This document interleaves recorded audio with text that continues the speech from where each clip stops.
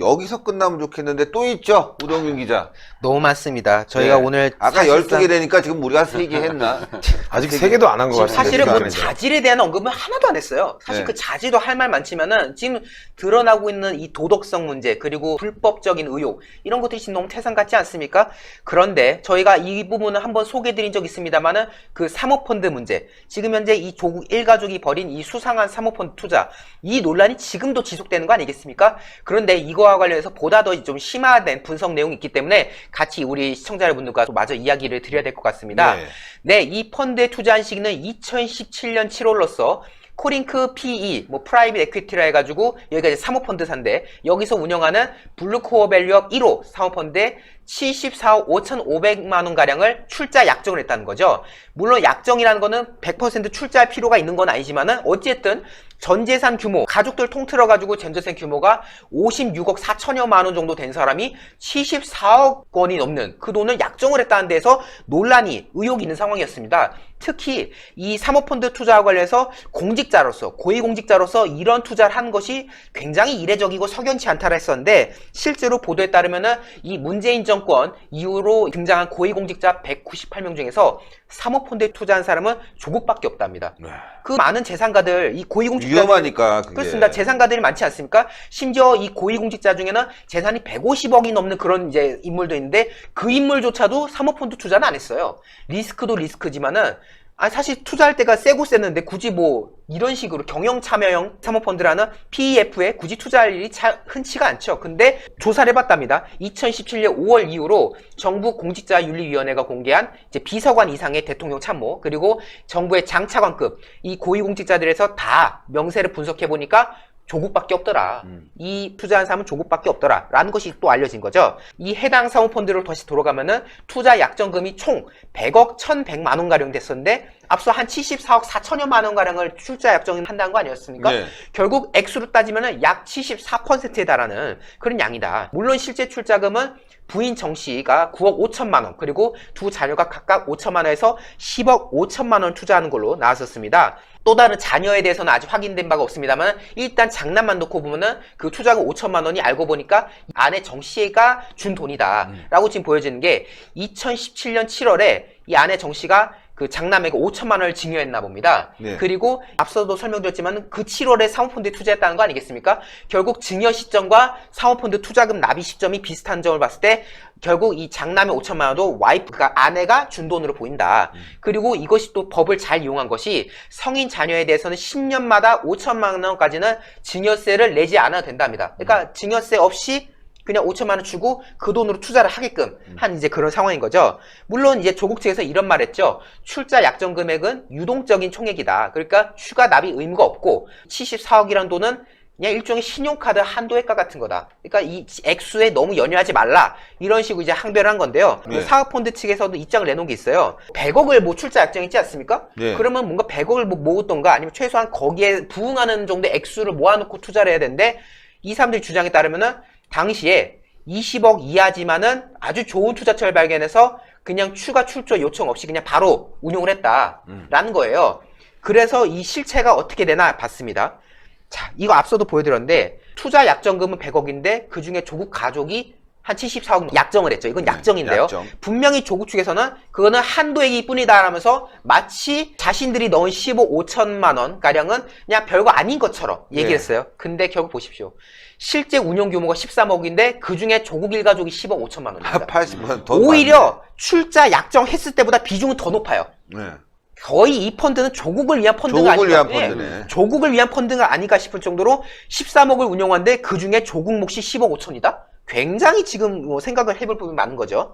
결국 이 조 후보자 가족은 왜 18억이 더 많은 금액을 왜 약정했는가? 그리고 그 외에 차명이 의혹이 있습니다만 어쨌든 조국 명의로 알려진 게 지금 50여억 원이지 않습니까? 그런데 그 중에 무려 20%에 달하는 재산을 그 위험한 사모펀드에 왜 투자했을까? 라는 의혹이 더 있는 건데 이것이 알고 보니까 뭔가 편법 증여 그리고 자녀의 재산 증식을 위한 어떤 그런 방안이었지 않냐라는 것이 이제 나온 겁니다. 이제부터 하나하나 또 설명드릴 건데요. 예. 이 시나리오를 한번 눈여겨보십시오.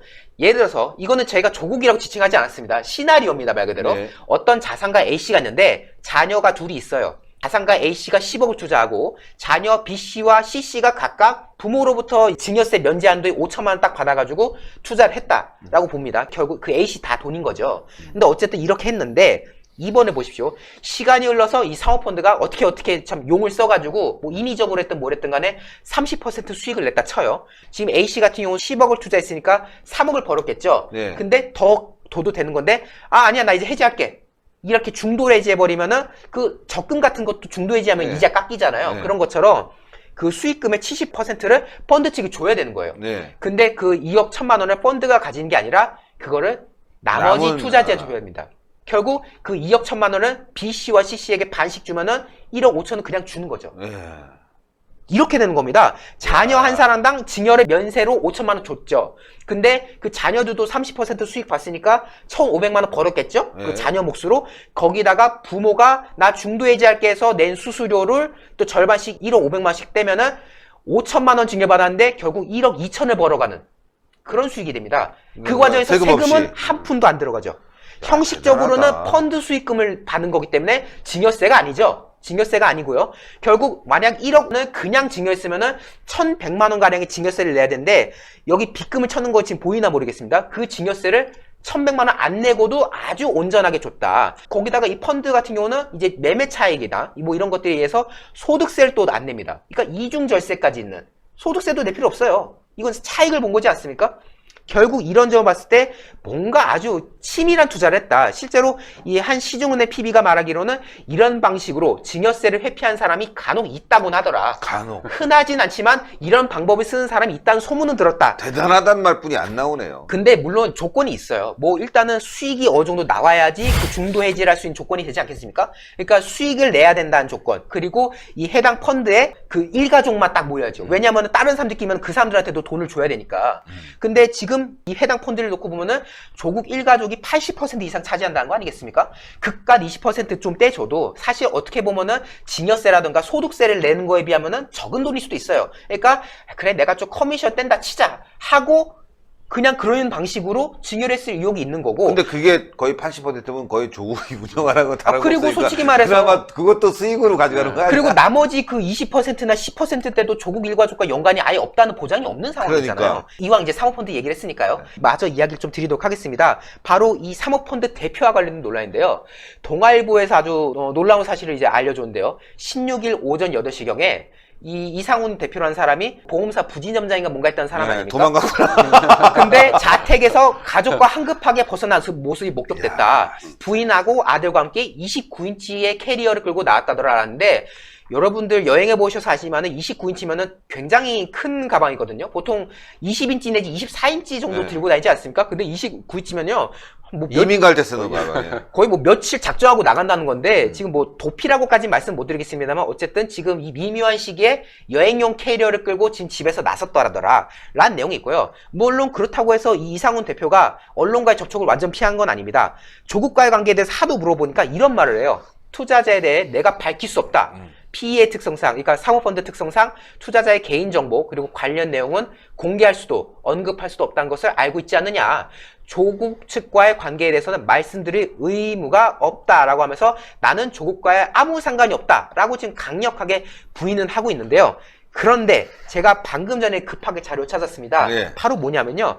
자유한국당 김도욱 의원이 밝힌 건데요. 이 조국의 문제의 사모펀드 실질 오너가 친척이다.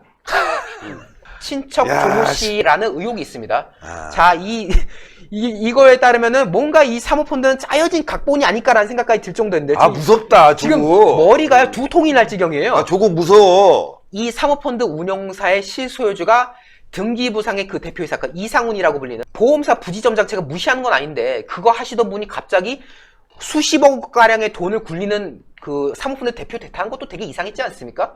그런데 알고 보니까 그 사람이 아니라 조 후보의 친인척이 실소유주다라는 의혹이 지금 제기된 거예요. 네. 조 후보자 일가가 그 펀드 운용에 지금 80% 이상 출자하고 있는 거 아니겠습니까? 앞서 뭐 13억을 굴리고 있는데 그 중에 10억 5천이 조국층이라니까요. 그런 상황에서 뭔가 연결고리가 있는 건 아니냐. 김도 의원 측은 이렇게 말합니다. 이 코링크 PE의 실제 운영자 조모 씨는 회사 설립 과정에서 조국의 친척임을 강조해왔다 라는 내용이 지금 제보가 지금 확보했다는 예. 거예요. 그러니까 김도우 의원 측에서 그냥 지금 소문을 말한 게 아니라 제보를 받았다는 겁니다. 실제로 이거는 6천억 저희가 지난 금요일날 다반 뉴스에서 중국 공산당 의혹을 제기했던 거 아닙니까? 예. 6천억 규모의 투자 유치 협약을 체결하는 그 현장에 코링크 PH 대표로 언론에 노출됐다는 겁니다. 이 조 씨가. 예. 조 씨는 2016년 4월 28일 중국 장수성 화군과학기술발전 유한공사와 그 이제 MOU를 체결할 당시에 코링크 P 대표로 참석했다는 겁니다. 이 사람이 바로 지금 조국의 친인척으로 지금 알려진 인물이거든요.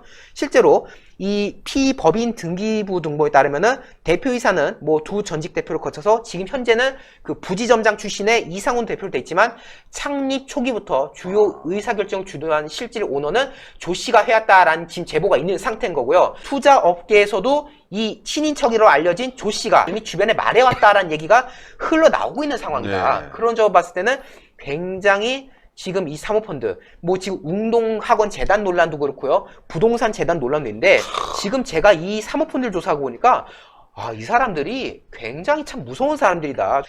이 조국이라는 인물 스스로가 자본주의에 대해서 늘 비판해오고 뭔가 이 부자 그리고 어떤 뭐 기득권에 대해서 늘 비판했는데 지금요 이런 식으로도 증여할 수 있구나. 지금 아주 기상천외한 방법을 정말 대한민국에서 법이라는 법은 다 이용해가지고 지금 한다는 거 아니겠습니까? 무섭습니다. 무섭습니다. 예.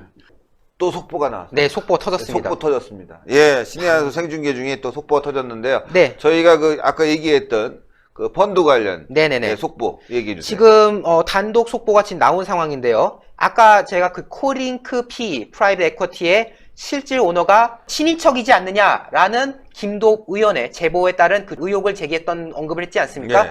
그런데 조국 측이 인정했습니다. 지금 잠시 이제 급하니까 지금 그냥 인터넷 한번 바로 보여드릴 텐데요. 네. 오촌 관계임을 시인했습니다. 하지만 펀드에 관여한 줄 몰랐답니다. 말인지 똥인지 참 이게 말이 안 되는 건데요. 코링크 프라이빗 에쿼티의 실제 대표로 알려진 조모 씨와 조 후보자가 오촌 관계임을 밝혔다. 다만 후보자 측은 조 씨가 후보자의 친척은 맞으나 후보자가 투자한 사모펀드에 관여되고 있는지 몰랐다라는 입장이다. 준비자 관계자는 조 씨가 이상훈 대표와 절친한 관계에 있긴 하지만 실질적 대표라는 의혹은 사실이 아닌 것으로 알고 있다. 추가적으로 확인 중이다라고 하면서 지금 뭔가 오촌임이 왜냐면요 이거는 김도우 의원 쪽에서 제대로 제보를 받은 거기 때문에 여기에 대해서 조국 측이 만약 부정을 하면 문제가 됐으니까 관계는 인정하는데 그 사람이 펀드에 관여한 줄 몰랐다. 아니 실질 소유주가 오촌 관계인 걸 아는데 펀드에 관여한 줄 몰랐다는 것도 이게 말인지 방군지 이 내용을 밑에를 또 보니까요. 이 조 씨라는 사람이 대단한 사람이네요. 예. 네오비즈 웹 에이전시 대표를 역임하다가 주식 투자로 전업했는데 2012년에 원칙대로 손절하고 차트대로 홀딩하라. 2015년에 지금 당장 주식 투자에 선물 옵션을 더하라 등의 책을 출간했고 조선생이라는 필명으로 2010년부터 네이버 카페 스탁포럼 선물 옵션 주식도 운영했다. 유명한 투자가. 그래서 굉장히 유명한 투자가니까요. 그러니까 이 개인- 중국에서 이렇게 돈도 6천억이나 예. 그러고 들어왔겠지. 지난 10년 동안 운영이 됐는데 11일에 공지글을 통해서 18일에 폐쇄한다 해서 또 문 닫는답니다. 갑자기. 이 사람이 운영하던 예, 카페가요? 갑자기 10년 지금 동안 이 시기에? 운영하다가. 그러니까 사실 유명한 투자 카페로는 예전에 이제 드루킹이 운영하던 카페도 유명한 투자 카페라고 할 수가 있고요. 여기도 굉장히 유명한 투자 카페였는데 갑자기 문을 닫는다고. 이건 뭐 그냥 뭐 지나가서는 안 될 것 같은데 이거 촛불이라도 들어야 되겠는데. 아니, 어떻게 우리도 펀드에서 대표가 펀드에 관여하지 않았다는 주장을 어떻게 말할 수가 있는지 지금 이게 너무 웃긴 거예요. 잘 몰랐대잖아요. 야. 물론 자기들은 여전히 이상훈 대표가 진짜 대표라고 생각했다고 아니, 하는데 거의 80%를 투자했는데 실질적인 오너를 몰랐다. 나중에 보니까 친인척이었다. 이거 뭐 조금 무섭다 너 진짜. 이게 이런 대단하다. 걸 보면 전 그런 생각입니다. 삶은 소대가리가 양천대서 할 일이 아닌가. 앙천대소. 앙천대소. 앙천대소 할 일이. 그리고 자기 재산의 20%가 넘는 돈을 투자했다는 거잖아요. 사실 그 아무리 친한 사이여도 갯돈 그 왔다 갔다 하는 것도 예민한 문제인데 전 재산의 20%를 설마니 모르는 사람한테 그냥 덥석했겠습니까? 누가 봐도 뭔가 연관성이 충분히 있는 뭔가 아는 사람이고 뭔가 확실한 사람이니까 그만큼의 돈을 뭔가 그 사모펀드라는 명목하에 투자했던 거 아니겠습니까? 근데 이거에 대해서 몰랐다고 지금 계속해서 부정하고 있는 것 자체가 너무나도 뻔뻔스러운 상황이죠. 신의 한 수의 구독, 좋아요, 알림 방법입니다. 보실 영상을 눌러주세요. 아래의 구독 버튼을 눌러주세요. 그럼 종 모양이 나옵니다. 그 종 모양을 눌러주시면 신의 한 수의 새로운 영상들이 알림이 울립니다. 그리고 엄지척 좋아요 버튼을 눌러주세요. 여러분의 구독, 좋아요 버튼은 신의 한 수에 큰 힘이 됩니다. 댓글로 여러분의 많은 의견도 듣고 있습니다. 응원의 댓글도 부탁드립니다.